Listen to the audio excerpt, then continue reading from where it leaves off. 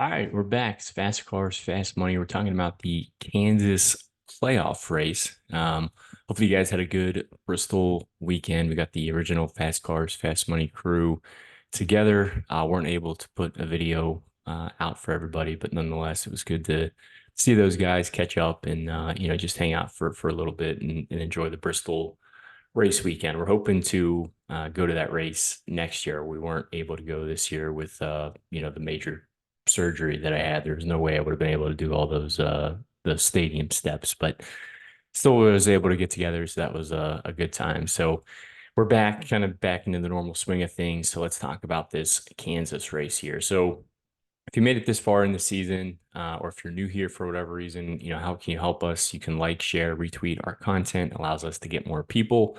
Slowly but surely, it's been our goal since day one to get up to 1,000 subscribers. We're only under 100 subscribers away from being able to do that. So thank you for everyone who's been able to help us.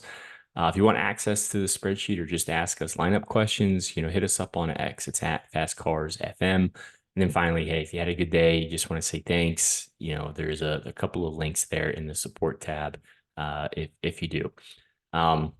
So getting into the race preview and initial thoughts, practice was pretty interesting. We had a kind of a mix of drivers that were showing up and that were good, depending on what metrics you were looking at. So we flipped the page. Now we're at race one of round two of the playoffs. So we have another 3 races before another 4 drivers are going to be eliminated. So what are we really looking at? I think you can look at practice, the different lap averages. But really, I just want to take into account, how have these teams been running at the intermediate, the 1.5 mile tracks, specifically in the next gen era, and then weighted a little bit more heavy for the 2024 season. We have 267 laps today. It's going to be a 400-mile race. So I think because of that, you're going to need the right combination of lap leaders and place differential plays to build around. So looking at the lineup, you got Larson, Hamlin, Reddick, Bell, and Elliott. The elephant in the room is Chase Elliott. So Elliott had an engine issue. They have to start from the rear of the field. He basically starts DFL, or I think he does start DFL. Yeah, he does start DFL. So Elliott, I'm not going to overthink it. I'm just going to lock him in, plug him into my lineups, and then really just build around Elliott. I think if you're playing tournaments, knowing that Elliott's going to be extremely high owned, maybe you build a couple of lines in case Elliott has an issue or doesn't finish well. That's a good way to get leverage on the field, but it's going to be pretty hard for Chase Elliott not to be the highest scoring, or not, if one of the highest scoring plays on the slate today. And then from there, it's really, who do you think your lap leaders are going to be? I'm personally leaning on Larson and Hamlin as my lap leaders. We've just seen it. They've done it. They're reliable, to a certain extent, and they come into this race with extremely good average finishing positions at Kansas specifically. Both of them each have average finishes around 3rd place, and they both come into this race weekend with the highest driver ratings on the intermediate style track. So because of that, I'm going to pair Larson with Elliott. I'm going to pair Hamlin with Elliott. I have not built lines yet. You potentially might be able to play all 3 of them, but you're going to be, scraping the bottom of the barrel. All that to say is I don't mind Reddick and Bell. I know Christopher Bell is getting a lot of attention today. My fear with Christopher Bell is we've seen him start on the pole, and we haven't seen him, more or less pay off. Now, yes, he does have some pretty good practice times this weekend, but I think he's going to draw a lot of ownership, and I'm just a little, hesitant, fearful if we do get a typical, Christopher Bell on the pole performance where he does not lead a good chunk of laps. Still think he's going to run well. I don't think you should fade him by any means, but I am definitely going to be under the weight on Christopher Bell and really just focusing on Larson, Hamlin, and Elliott from this range. Don't mind Reddick either. I think Reddick's going to be probably the lowest owned play out of this range, so a little bit more of a tournament option. He's been kind of hit or miss on the intermediate style tracks. Sometimes we see him and he shows up and he's really dominant. He's leading laps. He's getting fast laps. Other times it's just kind of confusing why he isn't running, better than he is. So for me, I really like Larson, Hamlin, and Elliott, some combination of those 3. Getting down into the 9K range, not really getting to Ryan Blaney or William Byron today. I'll throw Joey Logano into that category as well. When we start looking at who those potential lap leaders are going to be, and their starting positions, I just think they're going to get kind of stuck riding around this spot. I think they're going to be good. I just don't think they're going to be able to be lap leaders and have the ability to pick up fast laps. So because of that, I think they just have limited upside. So I'm not really getting to Blaney, Byron, or Logano today. Truex seems to just have the worst luck this season. No matter what happens, either it's his mistakes or he gets caught up in issues or mechanical failures or whatever it is. It's if something is going wrong, it's happening to Martin Truex. Eventually, that luck's going to turn around. He starts 19th today, $9,500. He's a good option. He's a nice pivot play off of Christopher Buescher and Brad Keselowski. Now, yes, he is quite a bit more expensive, but I do like, that pivot option if you're able to afford him. I think he gives you some place differential upside. I think he has the ability to pick up some fast laps as well. Now, Ty Gibbs, if you like Christopher Bell, I think you should like Ty Gibbs too. I mean, he's a lot cheaper than Christopher Bell. Had very similar, practice times.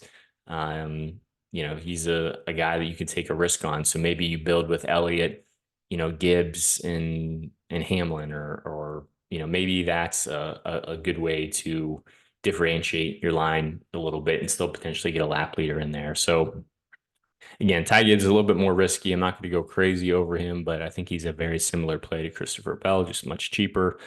Bubba Wallace gives you some place differential upside. We've seen him and Reddick, both have good speed on these intermediate style tracks. He's a little expensive. I wish he started a little further back, but I think finishing top 8 isn't out of the question for Bubba Wallace. Kyle Busch starts third. Historically been pretty good here, but we know this has just been a bad season for them. Starting third, I don't know if he's going to be able to get out front and have the car to pick up those laps led. So I'm going to be kind of low owned on Kyle Busch today.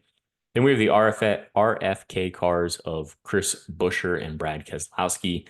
I like both of them. If I had to pick one, I'm going to lean on Keselowski just because he's been very consistent on the intermediate tracks. Actually has an average finish inside the top 10 looking at similar tracks.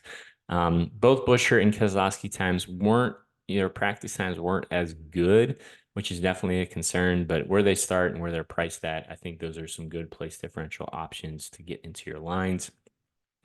Briscoe always seems to, at least recently, qualify well, and he doesn't look like a good play. And then, hey, come race time, he's actually running, pretty well. So again, there's just a lot of risk with Briscoe. So even though we've seen him run a lot better as of late, $8,100 for a driver starting ninth that I don't think is going to have the ability to lead laps is going to be a low-owned DFS play for me.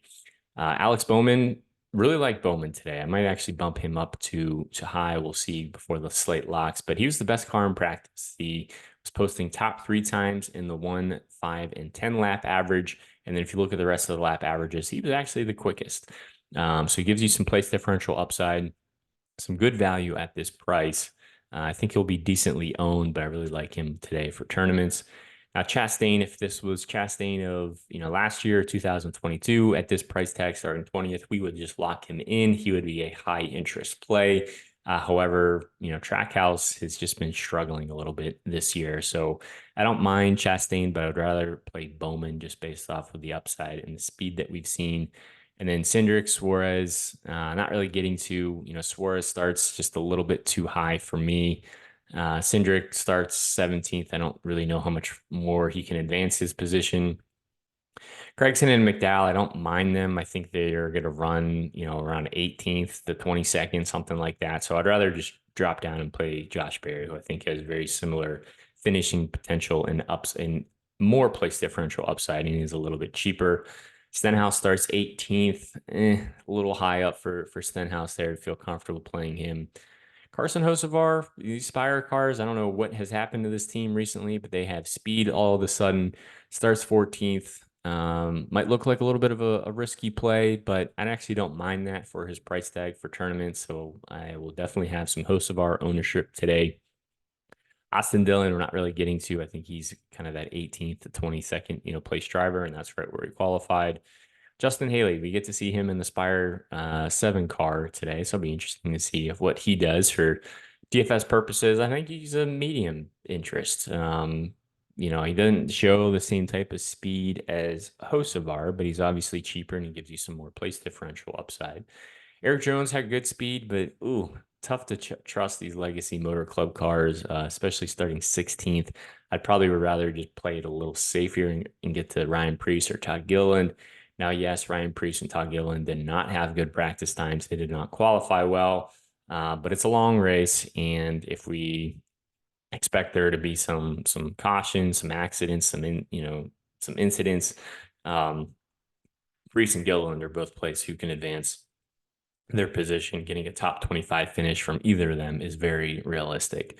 Jimmy Johnson in the next gen era has just been a pain to watch, to say the least.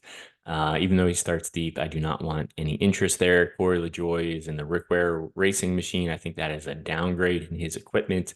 So I'm not going to be interested there. John Henry Nemechek, I think, is going to draw some ownership. However, I'm just kind of fearful that he's going to finish around where he starts. And if you're paying down that low, I think I'd rather just go to Daniel Hemrick or Ty Dillon. They basically start right next to John Hunter Nemechek. They're a little bit cheaper, and I think their ownership's going to come in a little bit less.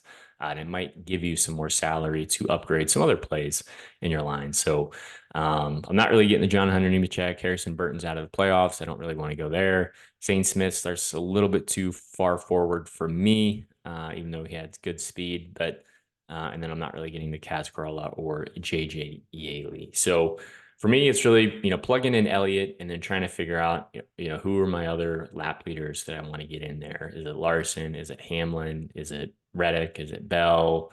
Gibbs? And then trying to find some good place differential upside, some good value plays, whether that's Truex, Bubba, Bowman, Chastain, and then getting some, rounding out your lines with a Barry, a Priest, a Gilliland, a Hemrick, a Dillon. Those are the types of lines that I'm building today. Hopefully it works out. I hope you guys have a good Sunday. Enjoy the Kansas race, and we'll catch you next weekend. Thank you guys for tuning in and all the support.